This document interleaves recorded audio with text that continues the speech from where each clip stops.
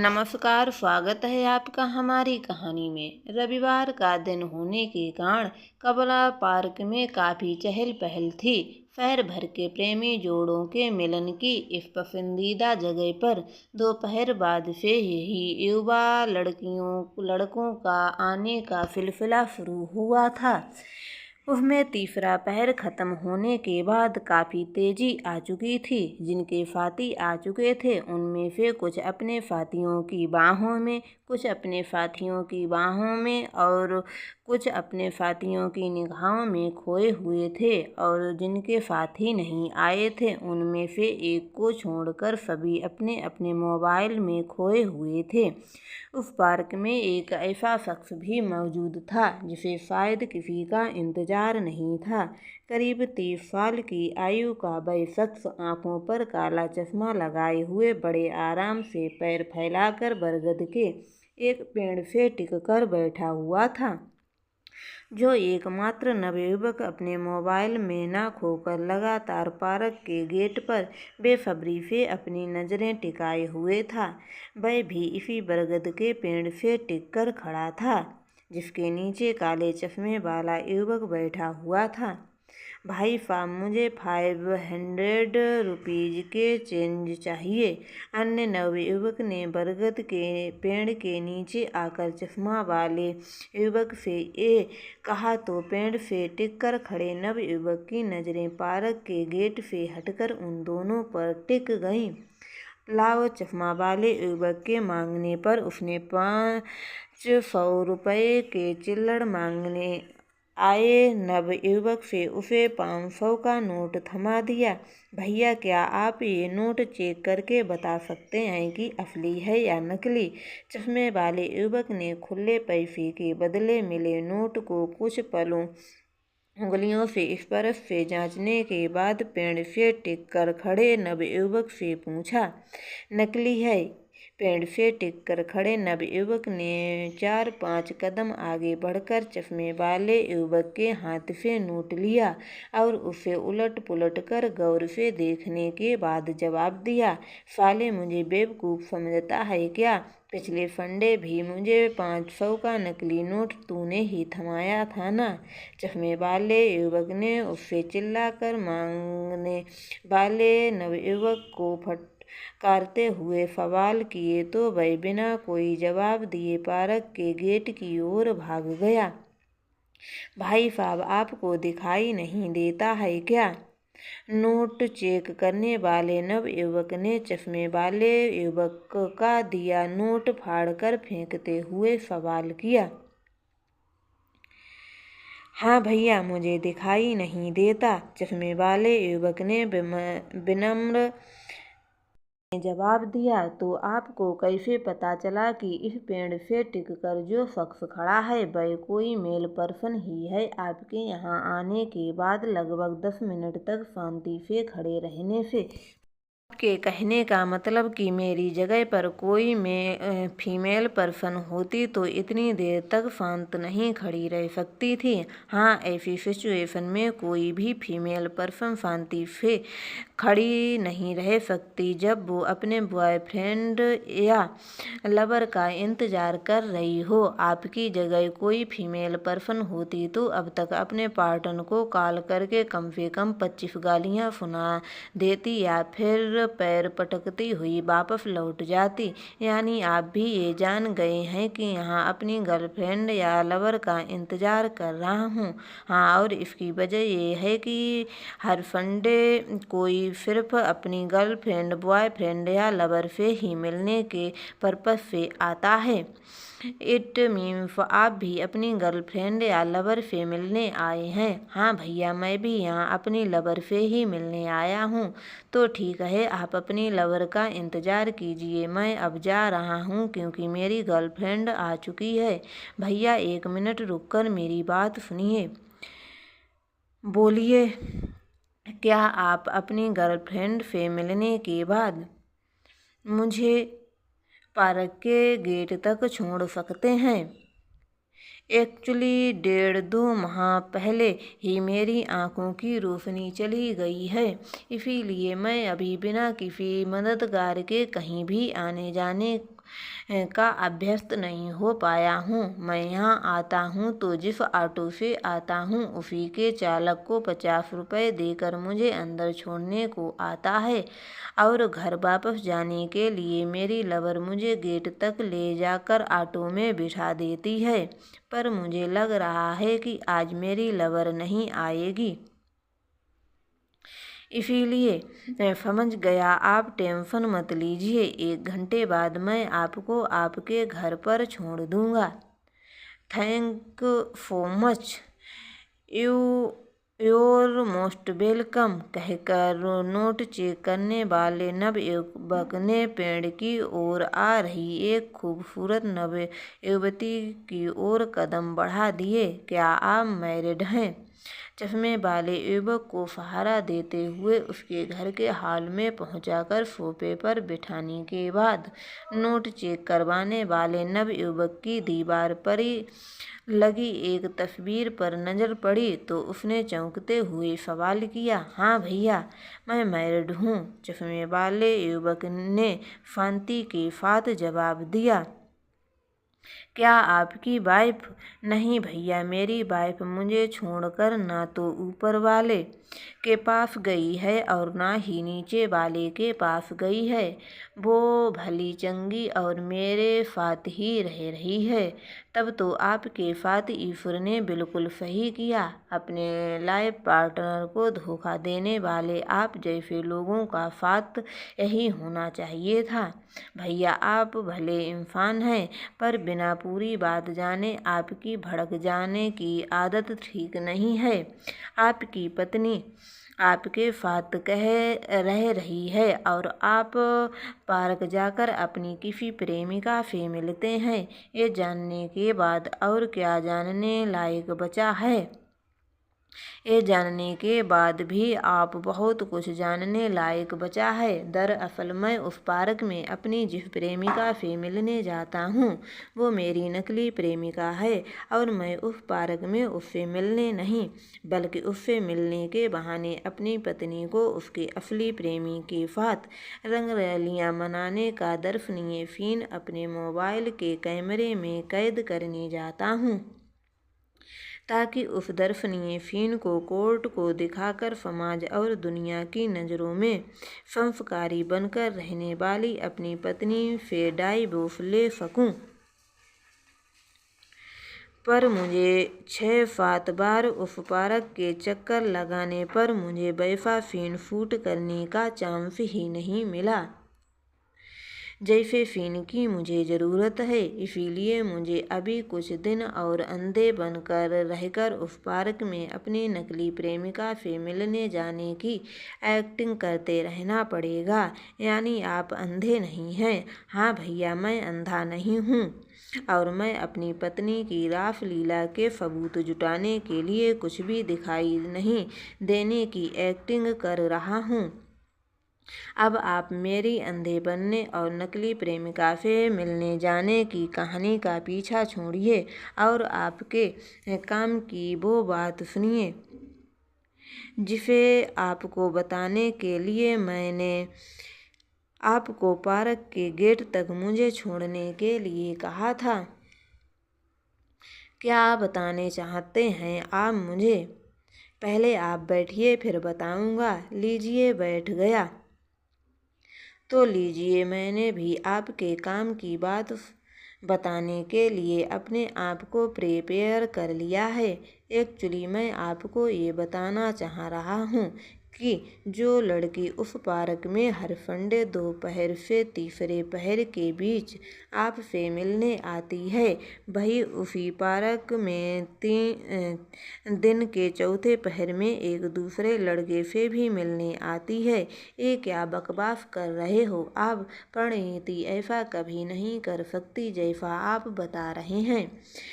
भैया, आप पहले ये वीडियो देख लो, फिर डिसाइड करना कि आपकी परिणीति क्या कर सकती है और क्या नहीं। मैंने उस पार्क में जाकर अपनी पत्नी की जासूसी करने के दौरान खाली समय में इस तरह के कई लड़के लड़कियों के अपने पार्टनर्स को धोखा देने के सबूत जुटाए हैं, पर मैंने आज तक किसी के भी पार्टनर को नहीं दिखाए, क्योंकि मैं उनमें से ज़्यादातर के पार्टनर्स को भी दूसरों के साथ समय बिताते देख चुका हूँ, और कुछ जो अपने पार्टनर के प्रति लॉयल हैं उन्हें बताने का प्रयास करने पर मुझे मेरे अंधे होने के बावजूद उस पार्क में आने को लेकर उसके भद्दे कमेंट्स का सामना करना पड़ गया।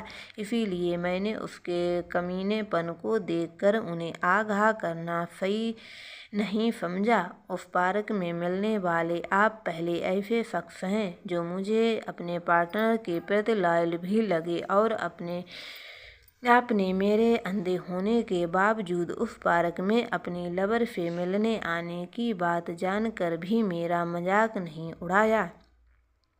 इसीलिए मैं आपको आपके काम का वीडियो दिखा रहा हूँ। मैं उस कमीनी को ऐसा सबक सिखाऊंगा कि वो उम्र भर याद रखेगी। चश्मे वाले युवक से मोबाइल लेकर उसने सामने नजर आ रहा वीडियो प्ले करके देखने के बाद नोट चेक करने वाले नव युवक से मोबाइल पर मेज पर रखते हुए आवेशित स्वर में कहा, और झटके के साथ अपनी जगह से उठकर मेन गेट की तरफ कदम बढ़ाने लगा। भाई रुको, मैं तुम्हें उसे सबक सिखाने के लिए कोई गलत कदम नहीं उठाने दूंगा। लेकिन काले चश्मे वाले युवक ने उसे गेट से बाहर निकलने से पहले ही उसका मजबूती से हाथ थाम कर रोक लिया और उसे बिना शांत किए ना जाने देने के अपने इरादे को भी वाफिक करा दिया। देखिए भाई साहब, आप मुझे मेरे काम की बात बताकर अपनी ड्यूटी पूरी कर चुके हैं। अब मुझे क्या करना चाहिए और क्या नहीं, ये आप मेरे ऊपर छोड़ दीजिए, क्योंकि आपको मेरे निजी मामले में अपनी टांग अड़ाने का कोई राइट नहीं है। मुझे तुम्हारे निजी मामले में टांग अड़ाने का राइट नहीं होता तो मैं तुम्हें रोकता ही नहीं। इट मीन्स आपको निजी मामले में टांग अड़ाने का राइट है? यस। तो बताइए किस बेस पर आपको मेरे निजी मामले में टांग अड़ाने का राइट है? मैं तुम्हारा बड़ा भाई हूँ। इस बेस पर तुम्हें ये बात सुनने में काफ़ी अजीब लग रही होगी, पर ये बात सही है, क्योंकि दुनिया के बेसारे शख्स एक दूसरे के भाई हैं, जिनके एक जैसे विचार और एक जैसा आचरण होता है। तुम भले ही मुझे ठीक से नहीं जान पाए, पर मैंने तुम्हारी 2 छोटी छोटी मुलाकातों में ही जान लिया कि तुम बिल्कुल मेरे जैसे हो। भाई मेरी बात पर यकीन करो, मैं भी तुम्हारी तरह ना खुद कुछ गलत करता हूँ और ना ही किसी की गलत हरकतों को बर्दाश्त कर पाता हूँ। तो फिर आप मुझे क्यों किसी की गलत हरकत बर्दाश्त करने के लिए कह रहे हैं? भाई मैं तुम्हें किसी की गलत हरकत बर्दाश्त करने के लिए नहीं कह रहा हूँ, सिर्फ किसी की गलत हरकत की सजा उसे देने के लिए गलत कदम उठाने से रोकना चाह रहा हूँ। अरे भाई, आप मुझे अपने जैसा समझते हो तो फिर आपको इस बात पर भी भरोसा करना होगा कि मैं भी अपने पार्टनर को सबक सिखाने के लिए कोई गलत कदम नहीं उठाऊंगा, बल्कि ऐसा ही कुछ करूँगा जिससे मेरे साथ धोखा करने वाले को सबक भी मिल जाए और मैं किसी परेशानी में भी नहीं फंसूँ, क्योंकि मैं किसी बड़ी परेशानी में फंस गया तो मेरे साथ साथ मेरी फैमिली की खुशियाँ छीन जाएंगी। मुझे अपनी खुशियाँ छिन जाने की कोई विशेष चिंता नहीं होती है, पर अब मैं अपनी फैमिली की खुशियों को किसी कीमत पर दांव पर नहीं लगा सकता। इसीलिए आप परिणीति, वो गॉगल कहाँ है जो मैंने तुम्हें तुम्हारे लास्ट बर्थडे पर दिया था? पिछले रविवार को काले चश्मे वाले युवक को घर छोड़ने वाले नवयुवक ने उसके सामने बैठी युवती से सवाल किया तो उसके चेहरे पर एकाएक घबराहट के भाव उभर आए। वो एक दिन मेरा भाई मुझसे पूछे बिना लगातार बाइक से कहीं गया था और कहीं गिराकर आ गया है। Gaurav, I am so sorry for it कि मैं तुम्हारी इतने प्यार से दिए हुए गिफ्ट की केयर नहीं कर पाई। परिणीति ने कुछ पलों के अंदर अपनी घबराहट पर काबू पाकर जवाब दिया, अरे इस बात के लिए तुम्हें दुखी होने की बिल्कुल भी ज़रूरत नहीं है, क्योंकि मैं तुम्हें दिया हुआ वही गिफ्ट दोबारा तुम्हें देने के लिए खोज कर ले आया हूँ। अब इसे अपने भाई के हाथ मत लगने देना, अदरवाइज वो दोबारा इसे अपनी गर्लफ्रेंड को गिफ्ट कर देगा और तुम्हें दोबारा बता देगा कि कहीं गिर गया है। गौरव ने शर्ट की जेब से सनग्लासेस का एक चश्मा निकाल कर परिणीति की आंखों पर लगाते हुए उसे समझाया तो उसके चेहरे पर एक गहरी उलझन के भाव उभर आए। व्हाट? ये गूगल मेरे भाई ने किसी लड़की को गिफ्ट किया है? हाँ, यदि ये बात वाकई सच निकली तो मैं उसका तो वो हाल करूँगी कि वो ज़िंदगी में कभी भी मेरी चीज़ें तो क्या खुद की चीज़ें भी कभी किसी को गिफ्ट नहीं कर पाएगा। बाय द वे, तुम ये बात इतने यकीन के साथ किस बेस पर कह रहे हो कि ये गॉगल मेरे भाई ने अपनी किसी गर्लफ्रेंड को दिया है? अपनी गेसिंग के बेस पर एक्चुअली इस गॉगल पर हल्की सी भी खरोंच नहीं है और जिस लड़की के पास ये था उसे तुम्हारे भाई ने फेल ऑफ किया होगा। इसकी भी पॉसिबिलिटी काफ़ी कम है कि किसी लड़के का अपनी बहन की कोई चीज़ अपनी हम उम्र लड़की को देने का सीधा मतलब ये है कि वो लड़की उस लड़के के लिए अपनी बहन से भी ज़्यादा मायने रखती है और आज के ज़माने में ज़्यादातर लड़कों के लिए बहन से ज़्यादा सिर्फ गर्लफ्रेंड या लवर ही मायने रखती है। मेरी गेसिंग लॉजिकल है या नहीं? 100% लॉजिकल है। बाय द वे, क्या तुम मुझे उस लड़की का नाम बता सकते हो जिससे तुम ये गॉगल वापस लेकर आए हो? उसका नाम सलोनी है। क्या वो NSB PG कॉलेज की स्टूडेंट है? हाँ। Thanks for so important information. और तुम्हारी गिफ्ट वापस लगा दी, इसके लिए थैंक्स नहीं कहोगी? उसके लिए भी थैंक्स बेल। अब मेरा घर जाने का टाइम हो गया, इसीलिए मुझे बाय कहना पड़ेगा।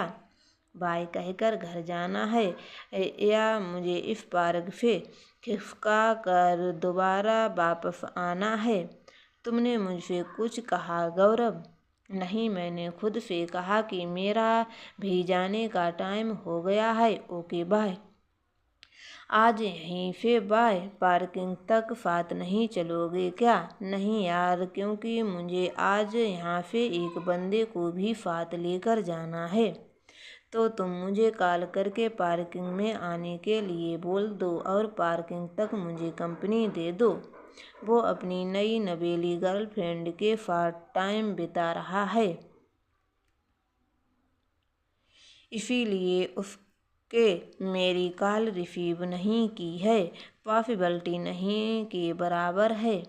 उसे खोज कर ही साथ लेकर आना पड़ेगा। ओके, अब तुम जाओ, मैं तुम्हारी तलाश करके तुम्हारे पीछे ही आ रहा हूँ। Okay bye. बाय कहकर गौरव अपनी जगह से उठा और उस बरगद के पेड़ की ओर चल पड़ा जिसके नीचे वही काला चश्मा वाला नवयुवक बैठा था जिसे पिछले रविवार गौरव ने घर छोड़ा था। भाई, तुम तो मुझसे भी ज़्यादा कूल पर्सन निकले।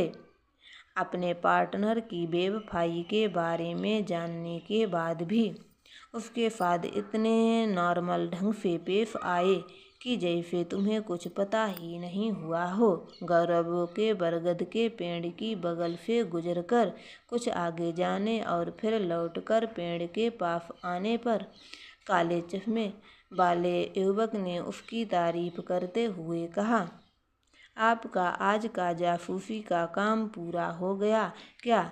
गौरव ने चश्मे वाले युवक की बात पर कोई प्रतिक्रिया न देकर उससे सवाल किया, हाँ तो अब आप एक काम कीजिए, कुछ देर और इस पार्क में रुकिए और जब मैं आपको लेने के लिए लौटकर आऊँ तो मुझे उस शो की रिकॉर्डिंग करके दिखाइएगा कि जिसके कुछ देर बाद स्टार्ट होने का मैंने पूरा इंतजाम कर दिया है।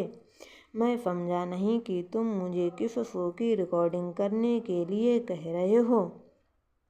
नो प्रॉब्लम, मैं अभी 2 मिनट के अंदर समझा देता हूँ। एक्चुअली मैंने प्रणीति को उसके लास्ट बर्थडे पर एक महंगा गॉगल गिफ्ट किया था जिसे उसने अपने दूसरे बॉयफ्रेंड प्रवीण को गिफ्ट कर दिया है। फिर प्रवीण ने उसे अपनी दूसरी गर्लफ्रेंड सलोनी को गिफ्ट कर दिया है और मैंने वही गॉगल सलोनी से लेकर आज परिणीति को वापस कर दिया है। साथ ही उसे बता दिया है कि गॉगल मैं सलोनी से लेकर आया हूँ और अब मैं ये जानना चाहता हूँ कि परिणीति का अपने सेकंड बॉयफ्रेंड को दिया हुआ गिफ्ट उसके किसी और गर्ल को सिर्फ गिफ्ट कर देने की बात जानने के बाद उसका रिएक्शन क्या होता है। ठीक है, मैं अपने काले चश्मे के पीछे की स्वच्छ आंखों से तुम्हारी बेवफा गर्लफ्रेंड का रिएक्शन देखकर तुम्हें बताने के साथ साथ ये दिलचस्प सीन अपने कैमरे में रिकॉर्ड करके तुम्हें दिखा दूंगा। तो दोस्तों, आपको हमारी ये कहानी कैसी लगी हमें कमेंट में ज़रूर बताएं एवं हमारे चैनल को सब्सक्राइब ज़रूर करें। और हाँ दोस्तों, ये कहानी का पहला भाग है, दूसरा भाग हम जल्द ही लेकर आएंगे। तब तक के लिए बाय बाय।